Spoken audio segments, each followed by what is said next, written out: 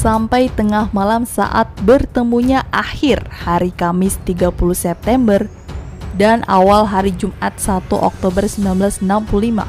Terpetakan situasi berikut ini.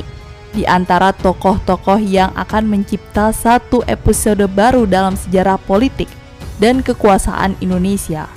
Semua tokoh pada tempat pijakannya masing-masing ada dalam keadaan tidak buta sama sekali dan semua punya suatu pengetahuan penting meskipun dalam kadar kedalaman yang berbeda-beda terkait dengan apa yang akan terjadi kemudian tak berapa lama lagi.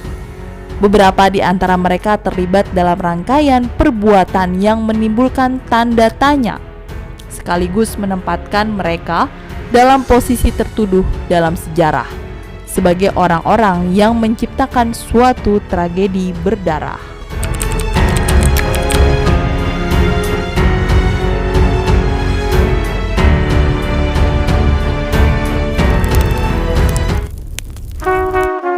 Apakah kamu tidak tahu bahwa Jawa Barat ini sudah menjadi negara Islam? Pemerintah yang tetap bermaksud baik. Jawa Barat tetap wilayah RI.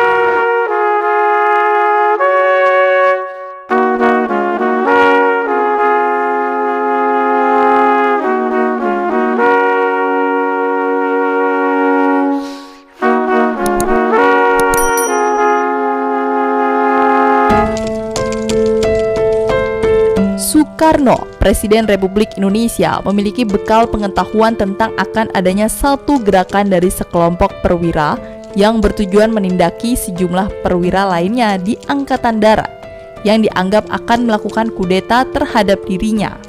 Ia sendiri yang memerintahkan penindakan para jenderal itu kepada Brigjen Sabur, Brigjen Sunarjo, dan Brigjen Sudirgo. Tetapi memang menarik bahwa yang kemudian tampil bertindak adalah pasukan yang dikoordinasi oleh Brigjen Suparjo, Kolonel Latif, dan Letnan Kolonel Untung yang tidak ikut kesibukan lapor-melapor pada hari-hari menjelang tanggal 30 September 1965.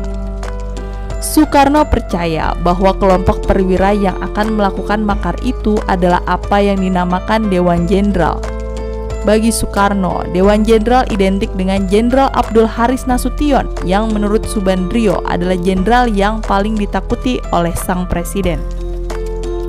Jadi baginya, Nasution adalah sasaran untuk ditindaki dan bersama sejumlah jenderal akan diperhadapkan kepadanya esok hari pada tanggal 1 Oktober 1965. Ada kemungkinan Soekarno tidak terlalu menyadari bahwa Letnan Jenderal Ahmad Yani menjadi salah satu sasaran gerakan karena untuk Yani, Soekarno sudah punya solusi tersendiri.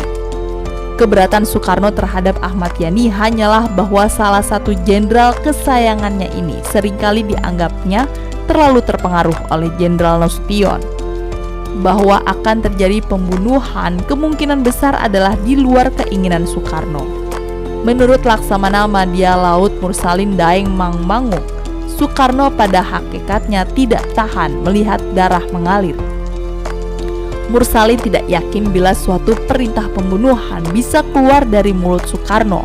Artinya bisa ditafsirkan bahwa ungkapan-ungkapan tentang pertumpahan darah di antara sesama saudara, kalau perlu demi perjuangan, lebih cenderung sebagai ungkapan romantik belaka dari Soekarno mengenai revolusi.